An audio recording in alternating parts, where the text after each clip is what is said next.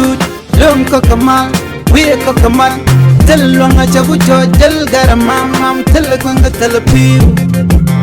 belto chadak pa kon ramamane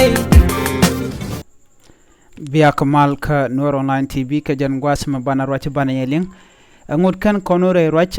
gorje dere roje madere nyogane ko ken mi jiram jidid ba kan Noor Online TV dere gorjin be subscribe ke dere je nyogane ko ken aler ban nga jan gwasme krikin kon lat ko rodien rewi ka gambella bodre way ka kem kanten ko ken kon lat ko rodien rewi ken kon bali nga jan gwasme gore bi nyogane ko ken bana shore roje bana ling rojen chalat ka queering neten to ka gambela kana refugee chala do telekon mishana kam ka kan ne kon la refugees ngode tekare basmedit yuan kana kuma gambel ngode tele mishi kana lat ka queer refugees kan ne tinta ka kam ne ngod kan kami cham kan marane en bosan te ka kam bos me jeg ngode chuinas ga chush ka shumana ne tidit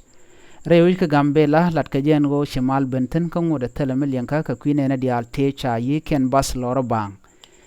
ngum de lat ka kwidi na mo ngode teleme chana lat ten kume teleme chalinga gwa ane dial tin rewi ka gambela ngud kume welek kwai ka shangan be ka roi ka ne dial tin rewi ka gambela ke roje dande ken lat ka kwi mala ke ka kwi kamandane non ko rewi ka gambela ngode teleram chilo de mishena ngach namo kanalat jen kore dana ci tuog me jana perka netin jere we kaso sa chala do laken mishika no beka ke jen kare we kaso san tongomi laga bana kap ka da do pa woni ke kuma woro mane mende dor chala do shika ganu rekap ka kan ganu to kan luñ ke kan luñ ka kan bare we ka gambela ke kaso sa chala ne jeno shikan ka kap ka bom ka kel ga kere duaran tongomo la de netin te rewi ka sosa ala kuje mi baje lon kuje wo ka sosa mone al watari mu diteten tirgaman ngay yanan wo te ka kor to kan wini rolubunni kane te la jen rewi ka sosa ka kyam kini la jen wini ko ken rewi ka disabab te jel ka torbiyeli chala do michi ka ben ka wi romi ala ga bana kap ke eniri kon la wonik kini kon la de kume dungu romi amende dor chala do ne to chaga kap larja sosa antama gorko gwadin teni duno ka kel kanede kon lawonik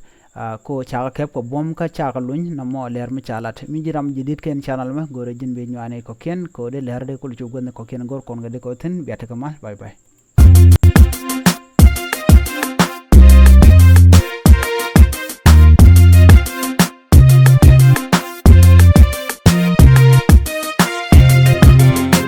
chagu chuj lum ko kamal we ko kamal telonga chagu jojal garamam telkwanga telpiu belto chadak pa kon ramamane